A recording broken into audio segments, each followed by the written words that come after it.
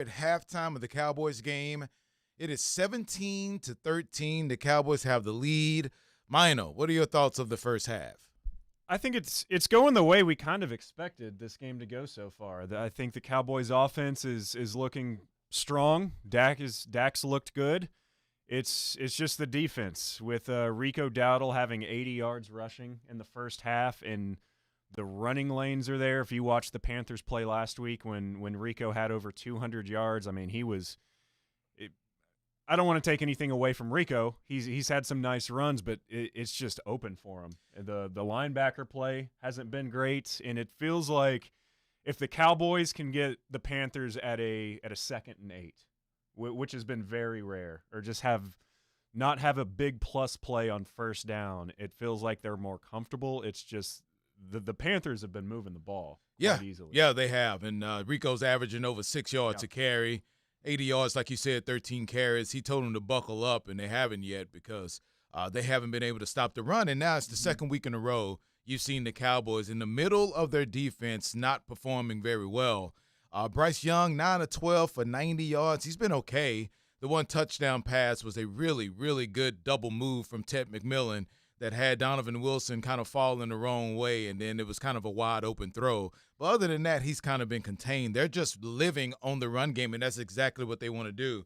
They have, I would say, 14 carries. We have 15 carries as a team, but Bryce Young has one, and I don't think it was a called run. So he's dropped back 14 times, and they run 14 times, and that's a perfect formula for what Carolina wants to do today. Now, let's flip it over to the offense. As far as the Cowboys will go, and they can't get anything going on the ground. Yeah. Javonte Williams, only 7 carries for 21 yards. He's averaging 3 yards a carry. As a team, they're averaging under 2. But it's been the Dak Prescott show, of course, like we've seen throughout this entire year. Good that they get the interception from Donovan Wilson and finally get a short field so they can go get a touchdown. But other than that, man, the offenses look pretty good, especially the connection between Dak and George Pickens. Yeah, and early in this game, it kind of looked like the start of that Jets game when it was 10-3, and it's like, okay, and Carolina's driving. Let's see how this goes. And Dallas, of course, last week had all those breaks and ended up running away with the game. It was halftime. That game was pretty much over.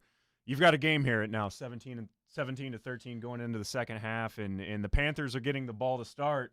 You know what the script is going to look like for the Panthers. They're going to keep running the ball. As long as they're picking up 5-6 yards a pop, they're going to stick to that. And then, Bryce Young's not having to do too much in this. No, and that's exactly what Carolina wants. Yeah, it's a great game call for Canales. Right. If he has to go out there and try and win a game, then, it'd be advantage Cowboys. They haven't sacked him once, and they really haven't had a ton of pressure like we saw against the Jets last week. We were against the Jets last week. They had 14 quarterback hits, 5 official sacks, and today they have a couple of hits on the quarterback, and it's been Donovan Ezeuruko with both hits. No sacks recorded, only 1 tackle for loss, and that's Donovan Ezeuruko also. Yeah. So it's like he's a wrecking crew out there as far as trying to get pressure on the quarterback. They just haven't gotten any.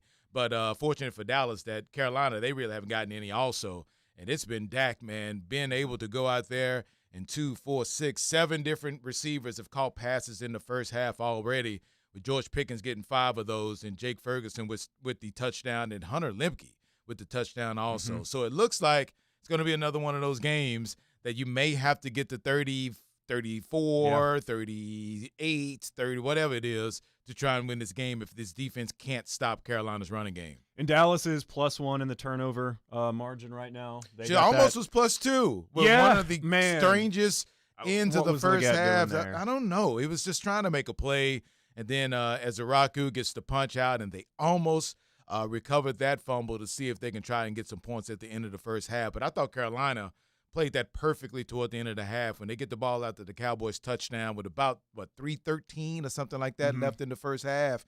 And, man, they just slow played that thing, just trying to make sure that the Cowboys could not get a chance to score before half because they get the ball out of the second half. They wanted to make sure of it. And, to be honest, I didn't know if they would be able to execute that perfectly like they did, but they absolutely did. What's your confidence level in the second half? You got a lead. Panthers getting the ball. I still feel pretty good. Like I think you guys said it on the invasion. We said it on the sweet spot. if I'm picking this game, I'm picking who has the best quarterback. Right. And Dallas still has the best quarterback. Yeah, you definitely have the advantage at quarterback. It feels like you almost have the advantage in coaching also, and it's crazy to say with a guy that's in game number 6 of his coaching career, but it feels like you have the advantage there. So, yeah, they're definitely going to have to make sure they can't allow 6-7 yards a pop from Rico. If they do that, this game is going to be way closer than what people will be comfortable with. But I feel like if the Cowboys can kind of tighten that up, that there will be a mistake or two being made from Carolina that maybe you can go out there and take the game. Not a lot of penalties in this game. The Cowboys have been called for 3.